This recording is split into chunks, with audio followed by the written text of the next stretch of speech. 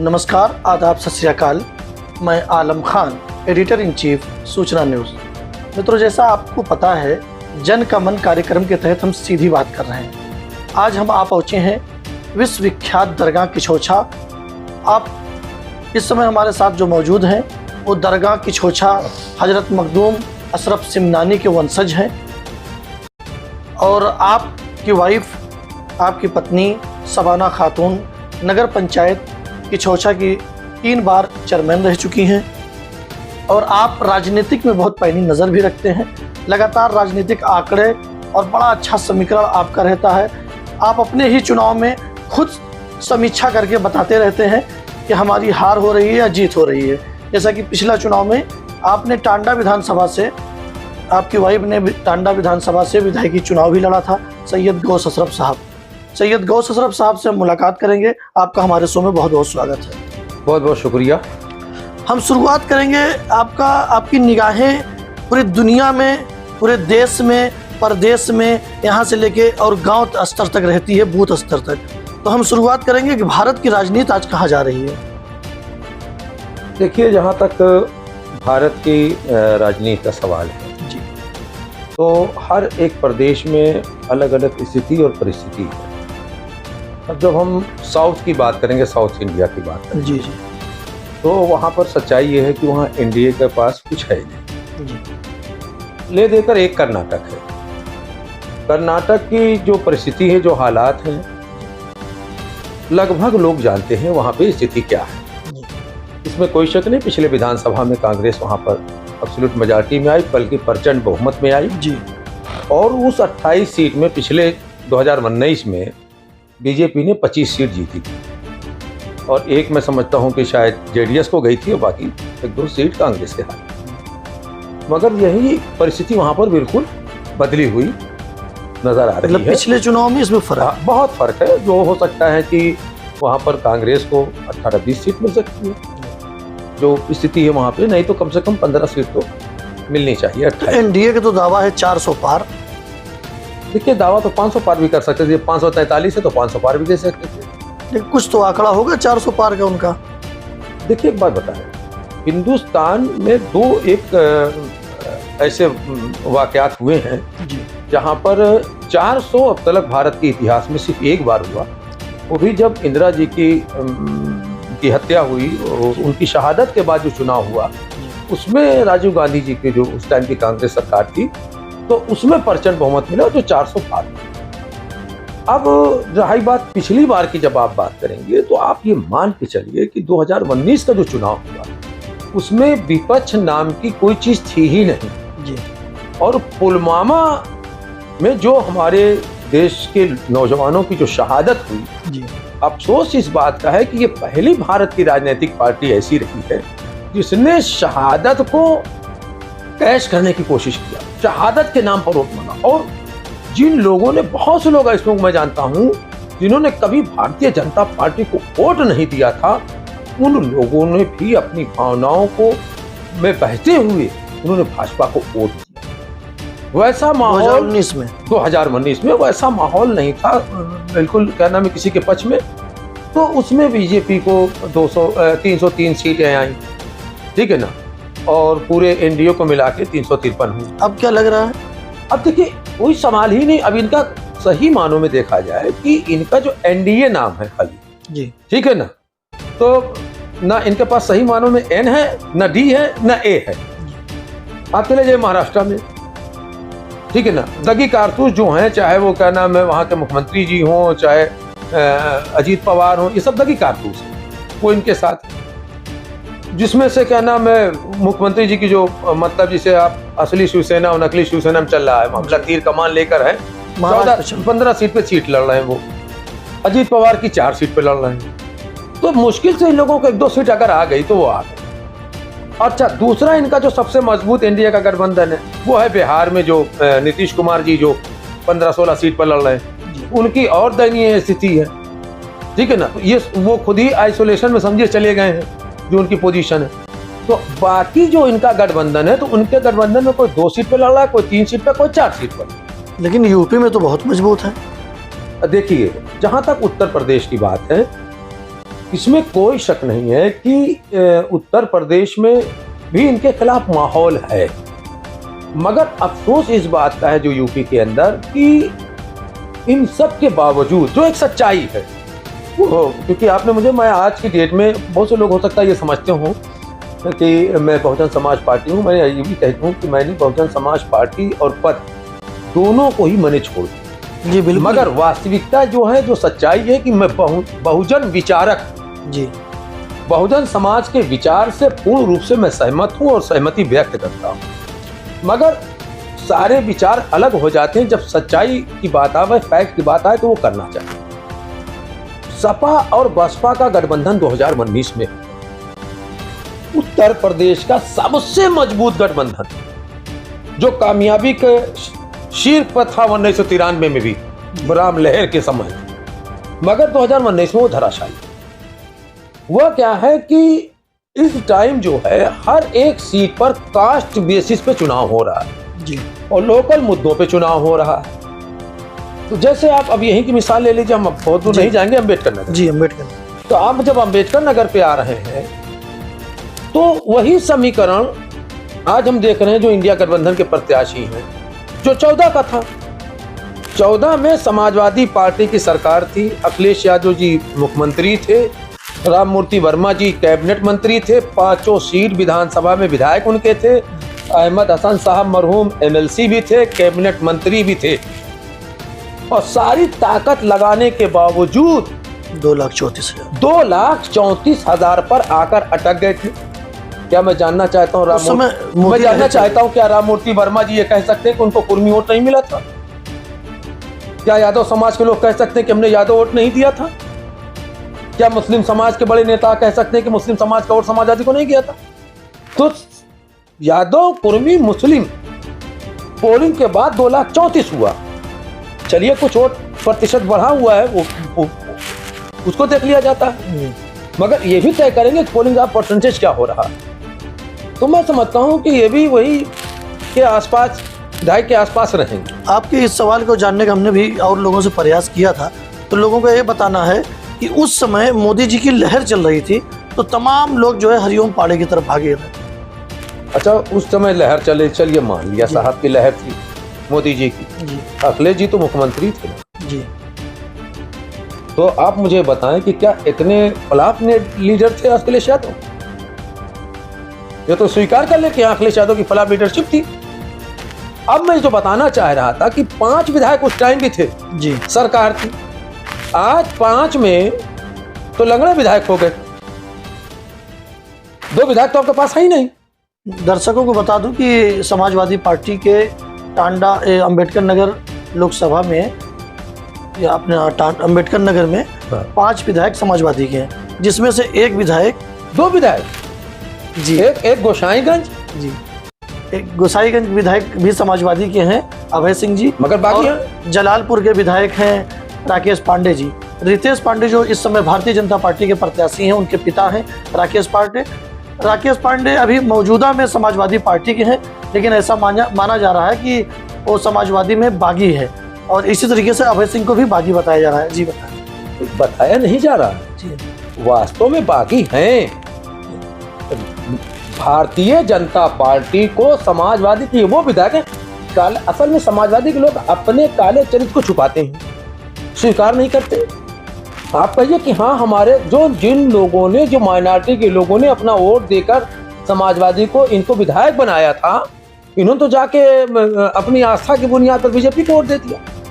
आज सही मानों में समाजवादी के, भाई देखिए अभय सिंह साहब जो हैं विधायक गोसाईगंज, उनके पिताजी ने जाके भारतीय जनता पार्टी ज्वाइन किया कार्यालय में जी, ठीक है ना। अच्छा, अभी अखिलेश यादव जी आए, राकेश पांडे गए थे मंच पे? नहीं गए। नहीं, क्यों जाएंगे? उनका बेटा लड़ रहा है। तो आज तो 2 विधायक तो वैसे ही चले गए समाजवादी के पास। मौजूदा जो भारतीय जनता पार्टी के प्रत्याशी हैं, वो बताया जाता है कि कहीं ना कहीं अपना साम्राज्य बचाने के लिए और एक व्यापारिक दृष्टि से उन्होंने भारतीय जनता पार्टी ज्वाइन किया। देखिए, मैं उसका व्यक्तिगत नहीं जाना चाहता हूँ, वो हर एक आदमी स्वतंत्र है कि इसको कहाँ जाना है, कहाँ नहीं जाना है। अरे भाई, राकेश पांडे जी सपा में थे, सपा से फिर वो बसपा में आए, बसपा से फिर वापस सपा में गए, फिर आज वो भाजपा, उनके पुत्र हैं जैसे मान लीजिए, कल वो कहाँ जाएंगे उसके लिए सब स्वतंत्र है। मैं किसी का कोई चीरहरण नहीं करना चाहता। ऐसे में आम मतदाता जो आपको सोच के वोट देता है वो आज वो कहाँ है? ये तो मतदाता सोचे ना। मैं खास तौर से भी यही सवाल कर दूंगा। देखिए, मेरा बात होती कड़वी जी। मैं जानना चाहता हूँ लालजी वर्मा साहब, मैं बहुजन समाज पार्टी में रहते हुए मैंने लालजी वर्मा जी का विरोध किया। उनकी पत्नी जिला पंचायत का अध्यक्ष के चुनाव में मैंने विरोध किया। मैं सही होगा, मैं आज भी मान के चलता हूँ कि लालजी वर्मा साहब मुस्लिम हितैषी कभी नहीं होता जी। और मैं ही टांडा विधानसभा के लोगों से पूछना चाहता हूँ कि अगर लालजी वर्मा साहब इतने अच्छे थे जी तो 1996 से लेकर 2007 तक टांडा शहर के लोगों ने वोट क्यों नहीं दिया? एक तो वोट नहीं दिया था। अब सवाल इस बात का पैदा हो रहा है कि क्या कपड़ा पहन लेने से शरीर साफ हो जाता है? टांडा शरीर जो होता है, शरीर साफ होगा जब आप पानी डालेंगे, साबुन लगाएंगे, तब आपका शरीर साफ, ठीक है ना। कपड़ा नया वस्त्र पहन लेने से विचारधारा समाजवादी मैं वही बात कहना चाहता हूँ जी। समाजवाद की बात कब की है लालजी वर्मा साहब ने? समाजवाद की बात नहीं किया उन्होंने कभी। अगर समाजवाद होता तो सवाल इस बात का पैदा हो, वो विधायक और मंत्री होने के बावजूद टांडा के बुनकरों का उत्पीड़न किया है। क्या नहीं जानते? सुनिए, हमको कौन और भी जान लीजिए कि हम ऐसा नहीं कि जो हम हक बात बोलते हैं जी, बुनकर भी हमारा भाई है। बिल्कुल, उसका हम तो कहते हैं। आज चला किसी ने सदन में, चाहे लोकसभा के लोग हों चाहे विधानसभा के लोग हों, सदन के अंदर क्यों नहीं उठाते? जिस तरह से सरकार किसानों को सब्सिडी देती है, जिस तरह से उनके करना में बिजली फ्री होती है, ट्यूबवेल कनेक्शन फ्री में होते हैं, अगर वो अन्नदाता हैं तो हमारा बुनकर भाई वस्त्र दाता है। अगर किसान पेट भरता है तो हमारा बुनकर तन ढकता है, वरना लोग बरहना होकर घूमने लगे। तो ऐसे में क्या लगता है कि यहाँ के लोगों ने अभी तक बुनकरों को ठगने का काम किया, छलने का काम किया, ठगने का काम किया? मैं फिर कहता हूँ, चाहे मेरा बुनकर समाज हो, चाहे मुस्लिम समाज हो, मैं फिर कहता हूँ पार्टी का बंधन छोड़ दीजिए। तो बुनकर समाज ने तो आपका साथ नहीं दिया था, अभी आप चुनाव लड़े थे। ना दे जी, ये उनकी मोहब्बत है। मेरा काम था अपना काम था। मुझे गर्व और फख्र है कि मैं टिकट लेकर आया, मैं लड़ा। लोग कहते हैं आपको तो लोगों ने रिजेक्ट कर दिया जी। अरे मुझे नहीं रिजेक्ट किया, अपने आप को रिजेक्ट कर दिया। मैं तो आज भी कहता हूँ, अब मेरी क्या बात, तौहीन तो आपकी है। किसी मुसलमान की इतनी औकात नहीं कि जो अपने भाई को जिता सके। जी, अरे आपकी हैसियत 2002 में नहीं थी। अभी क्या लगता है, अभी क्या इस चुनाव में? सुनिए आलम भाई, आपने कहा 2002 में टांडा वालों की हैसियत नहीं थी कि पहलवान साहब को विधायक बना पाते। 2007 में आप हैसियत नहीं हुई कि आप विधायक बना लेते। 2012 में जब पहलवान साहब चुनाव लड़े, हंसवार के चौचा टांडा विधानसभा में आया, बसपा में होने के बावजूद मैंने मरहूम पहलवान का साथ किया कौम के नाम पे। बिल्कुल, और मुझे गर्व है कि मैं बसपा में रहकर मैंने उनका साथ दिया।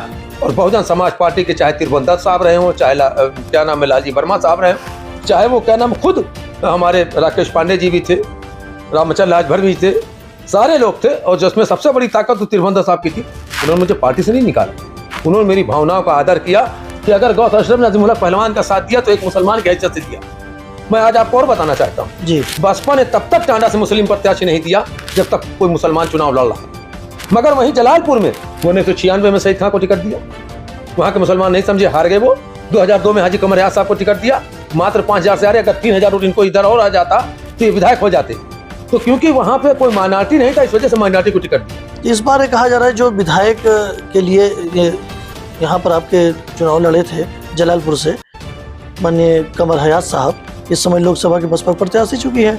तो बताया जा रहा है कि भाजपा की बी टीम है और उनको पैसा देकर उतारा गया है ताकि मुसलमानों की वोट कट जाए और समाजवादी यानी लालजी वर्मा की कुछ वोट मुसलमानों की इसमें डाइवर्ट हो जाए और भाजपा का रास्ता आसान हो जाए, ऐसा कहा जा रहा है।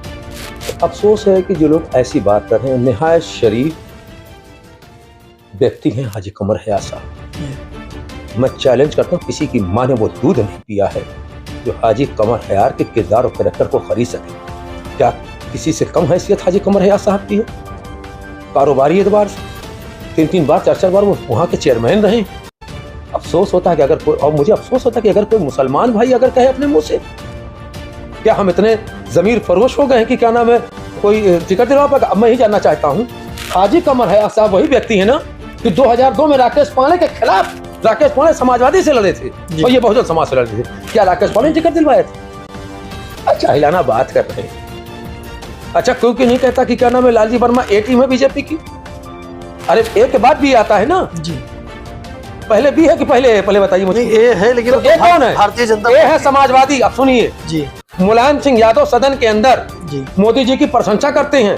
सदन के अंदर कहते हैं कि मोदी जी ने मेरा हर काम किया। वो काम बताओ मैं जरा, क्या वो ईडी और सीबीआई वाला था कि रुकवा दिया मोदी जी ने?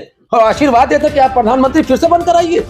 अच्छा, अपर्णा यादव को अपना आशीर्वाद देकर बीजेपी में भेज दिया। धर्मेंद्र यादव की सगी बहन संध्या यादव बीजेपी में है। क्यों नहीं कोई सवाल करता है भाई? क्या लगता है यहाँ अम्बेडकर नगर में क्या होने वाला है? कि होना क्या है, ये तो हमारा मुस्लिम समाज तय करेगा, बुनकर समाज तय करेगा। और आलम भाई, मैं फिर ही कहता हूँ, आज कह रहा हूँ, आज इनको 4 तारीख के बाद मानिएगा आप जी। 4 तारीख को रिजल्ट आएगा, उस दिन मान लीजिएगा।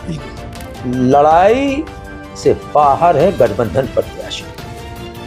6 बार के विधायक है लालजी वर्मा। 36 बार के विधायक, मेडिकल कॉलेज आपने बनवाया, 36 बार के विधायक। ये भी आप देखें तो महामाया मेडिकल कॉलेज बनवाया, इंजीनियरिंग कॉलेज किसी ने बनवाया। कुछ नहीं बनवाया। जो कुछ यहाँ बनाया है वो बहन जी ने। लालजी वर्मा का प्रयास था। कुछ भी उनका प्रयास नहीं, जी कुछ भी प्रयास नहीं है। लालजी वर्मा सन 1996 में टांडा विधानसभा में आए। जी 96 में बहुजन समाज पार्टी में आए। पार्टी के एतबार से कहिए कि मुझसे जूनियर थे पार्टी में। वो भी दिन याद है, फैजाबाद सर्किट हाउस में मानवर काशीराम साहब और मायावती जी थी, ये लान में घूम रहे थे और हम जैसे लोग रूम के अंदर बैठते थे। ये नसीब की बात है, मुकद्दर की बात। और उस टाइम बहुत हम चुनाव ना सोचते भी नहीं थे आलम भाई। इस समय क्या ऐसा बता रहे हैं कि बिरादरीवाद ही चल रहा है? एक मिनट, क्या वो 2012 में नहीं हारे? बहुत बड़े कद्दावर नेता थे लालजी वर्मा साहब, तो कैसे 2012 में हार गए? ये भी तो आप देखिए जी। और फिर 2017 में भी जीते। बहुजन समाज ने इनको सदन में पहुंचने का मौका दिया। बहुजन समाज पार्टी ने राकेश पाणे साहब को सदन में पहुंचने का मौका दिया। आप देखें कि 2014 की जो विवाद था, तो समाजवादी सरकार में 2,34,000 पाए। 2 पंडित थे, एक राकेश पाणे जी थे और हरिओम पाणे जी थे। जी मामूली पंडित वोट मिला होगा राकेश पाणे जी को, और बाकी किसी समाज का वोट नहीं मिला था, दलित समाज के अलावा। 2,92,000 मिला। जी अब 34 से 92 का गैप कितना है? 68,000 का। यानी समाजवादी से ज्यादा वोट थी। बिल्कुल। आज भी पोलिंग कर, अगर हाजी कमर हयात साहब को एक भी मुसलमान वोट न मिले, एक मुस्लिम वोट ना भी मिले, जी यानी वो अपना भी वोट अगर अपने आप को ना दे, जी, तब भी मैं कहता हूं कि 3 लाख वोट पाएंगे। कहां से? भी 4 लाख प्लस, क्या 4 लाख प्लस जी दलित में, विशेष रूप से चमार बिरादरी। जी। ठीक क्या है, अभी ये बता रहे हैं कि दलित में जो चमार बिरादरी है, वो भाजपा में भी जा रहे हैं? एक बात मैं बता दूं, ट्यूमर तो कोई कहीं फैला सकता है जी। ट्यूमर तो कोई कहीं फैला सकता है। लालजी वर्मा दावा कर रहे हैं क्योंकि वोट हमारी तरफ आ रही है। कह तो रहा हूँ, लालजी वर्मा साहब ने कुछ लोगों के माध्यम से चमरौटी को मैनेज करना चाहती है। तो मैं बता दूं, गच्चा खाएंगे। वो दूसरे में सेंध लगाना चाहते हैं, उन्हीं की सेंध लग गई। मैं आज भी कहता हूँ 50% यादव उनको वोट नहीं दे रहा। मैं चैलेंज करता हूँ जी। अब देखिएगा रिजल्ट, यही तो बता रहा हूँ। और मुस्लिम में भी मैं बहुत कुछ नहीं कहना चाहता हूँ, रिजल्ट आएगा तो आप देखिए। तो क्या कहीं ना कहीं खेल हो रहा है अंदर जमीन कहे तो रहा हूँ इनकी दरक जाएगी इंशाअल्लाह। और बाकी तो देखिए, हमारा हम तो ये मान के चलते हैं, हमारा ये फरीजा। यानी आप खुले रूप से कमर हयात साहब के भाई तरफ हैं? साहब, कोई मुसलमान प्रत्याशी, तो मैं बहुत साफ बात है जी बिल्कुल, मैं सीधी बात कोई करना चाह रहा मुस्लिम प्रत्याशी होता, हूं। जी किसी भी पार्टी से होता, मैं उसी निशान का बटन दबाता। अगर मुसलमान भाजपा से आता और कोई ना होता जी, तो खुदा की कसम उसको भी दे देता। पार्टी से मुझे नफरत नहीं, जी इंसान की नीयत और नीयत से नफरत। आप ये बताएं, क्या मोदी जी से, एक मिनट जी, मैं एक सवाल लास्ट कहना चाहता हूँ, अपनी बात को रखना चाहता हूँ। बिल्कुल रखिए, बिल्कुल रखिए। सच्चाई जो है, जो फैक्ट है कि हमारा मुस्लिम समाज मोदी जी को जो नहीं पसंद करता, जी, कारण क्या है? उसका कारण सिर्फ गुजरात में है। वास्तविकता यही। जी असल अटल जी थे, देखिए उनको आज भी हम बहुत से मुसलमान बिल्कुल, पसंद अटल जी करता है। हमारे राजनाथ सिंह साहब को लोग पसंद करते हैं, ऐसे बहुत से बीजेपी में लोग हैं जिनको पसंद करते हैं। जी जी, पार्टियां अलग अलग होती हैं, पॉलिटिकल पार्टियां, वो अलग चीज होती है। हम लोग वही जानना चाहता कि एक गुजरात दंगे की बुनियाद पर मोदी जी को तो आप पसंद नहीं करते मुसलमान भाई जी, तो मुजफ्फरनगर दंगे में जो मुसलमान उजड़ गए, आज भी आबाद नहीं हो पाए। उधर दंगा हो रहा था, इनके घर पर सैफई में नाच और गाना हो रहा था। जी। तो जब आप मोदी जी को माफ नहीं कर रहे तो कैसे अखिलेश यादव को माफ करें? समाजवादी हैं, विचारधारा। बस अलग। मैं दूसरी चीज और, बहुत से लोग कहते हैं कि भाई मैं जो है आप भी तो समाजवादी में थे। जी ये सही है कि समाजवादी में मैं कब गया हूँ, जब मैं 2017 का नगर पंचायत का चुनाव जीता। जी ये सच बात है कि मैं बसपा में था। मैंने पहलवान साहब को जब साथ दिया, इस बुनियाद पे विशाल वर्मा ने मेरा नगर पंचायत का टिकट बसपा से नहीं होने दिया। जी ठीक। 2016 का जब उपचुनाव आया, मेरी पत्नी की जब चुनाव वाला मामला आ गया तो उपचुनाव आया, फिर वहां पर इन लोगों ने कुर्मी समाज, जो कि यहाँ पे 40-50 वोट होगा, कुर्मी समाज की बिरादरी के लोगों ने टिकट दिलवाया, लालजी वर्मा साहब और मनोज वर्मा ने। ठीक, वहाँ मेरी उपज। फिर 2017 में मैं विधानसभा में लालजी उनका मनोज वर्मा वगैरह का मैंने साथ दिया पूरी विधानसभा में। फिर 2017 में इन्होंने मेरा टिकट काटा। तो मुझे लगा कि यार बसपा में होने के बावजूद और इसमें पीछे न कहीं लालजी वर्मा हो। लालजी वर्मा ने किसी भी मुसलमान को, न तो बहुजन समाज में रहने वाले व्यक्ति को पनपने दिया, न समाजवादी से जो प्रत्याशी टाना चलता था लगातार हराया। 96 में जमीरुल हसन को हराया, 2002 में पहलवान साहब को हराया, 2007 में पहलवान साहब को लड़ाया। कमर हयात साहब का आरोप भी है कि मुस्लिम प्रतिनिधित्व को समाप्त कर दिया है। यही चीज अफसोस क्या है, हमारा मुसलमान जज्बात में आके वोट करता है।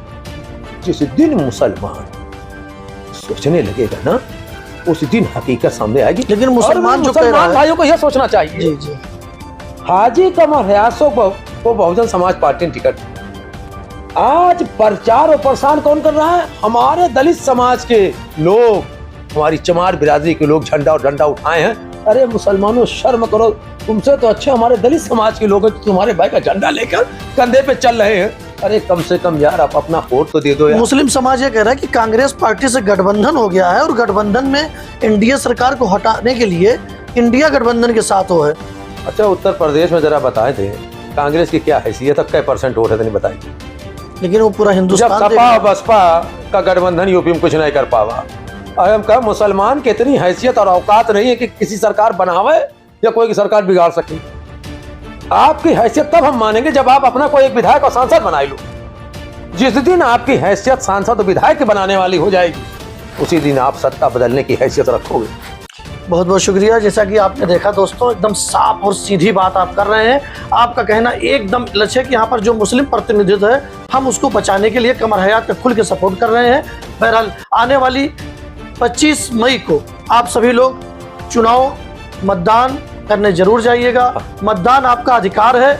आप अपने प्रत्याशी को वोट दीजिएगा, जिसको आपको अच्छा लगे। सारे प्रत्याशी हैं, Samajwadi party, Bahujan Samaj party, Bharatiya Janata party, इसके अलावा 5 अन्य प्रत्याशी भी हैं और नोटा का बटन भी है। अगर कोई प्रत्याशी पसंद नहीं है तो नोटा का बटन दबाइए, लेकिन मतदान करने जरूर आइए। बहुत बहुत शुक्रिया, धन्यवाद।